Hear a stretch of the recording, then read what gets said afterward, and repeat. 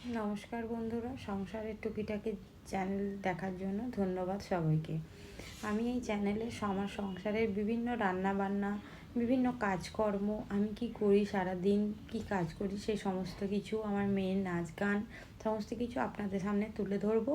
আর YouTube সংক্রান্ত কিছু tips আপনাদের সাথে শেয়ার করব। ইউটিউব সংক্রান্ত টিপস মানে হচ্ছে, ধরুন ইউটিউব যারা নতুন খুলেছেন, খুলে কিভাবে মনিটাইজেশন পাবেন, কিভাবে ইউটিউব থেকে এগিয়ে যাবেন, এ ধরনের কিছু ছোট ছোট টিপস আজকে যেমন আমি বলবো আপনাদেরকে, যে ইউটিউব খুলে কিভাবে আপনারা এগিয়ে যাবেন।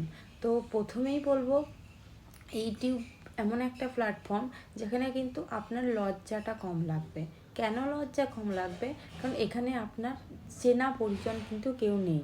এবার চেনা পরিজন নেই বলতে, আপনি প্রথমে যদি চান চেনা পরিচিত কাউকে অ্যাড করতে, তাহলে আপনি অ্যাড করতেই পারেন।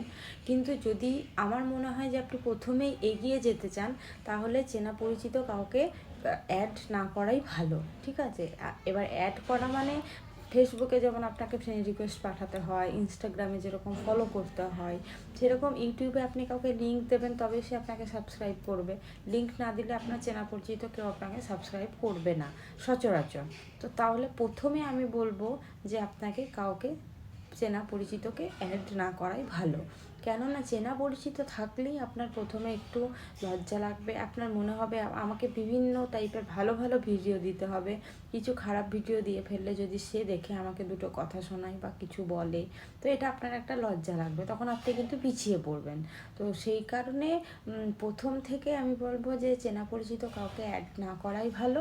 প্রথমে আস্তে আস্তে নতুন চ্যানেল খুলেছেন, বিভিন্ন ধরনের টিপস শেয়ার করুন, বিভিন্ন ভালো ভালো তথ্য বন্ধুদের সাথে শেয়ার করুন, বিভিন্ন গল্প শেয়ার করুন।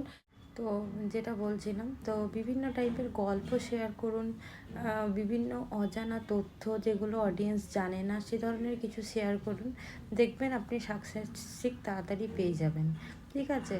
তো আমিও বলে রাখি, আমার কথাগুলো যদি ভালো লেগে থাকে, তাহলে অবশ্যই আমার চ্যানেলটা কিন্তু সাবস্ক্রাইব করে দেবেন, একটা লাইক একটা কমেন্ট অবশ্যই করে যাবেন। আর কালকে আমি আপনাদের সামনে নিয়ে আসবো একটা ভূতের গল্প। ঠিক আছে? ভূতের গল্প মিন্স কোনো বানানো গল্প নয়।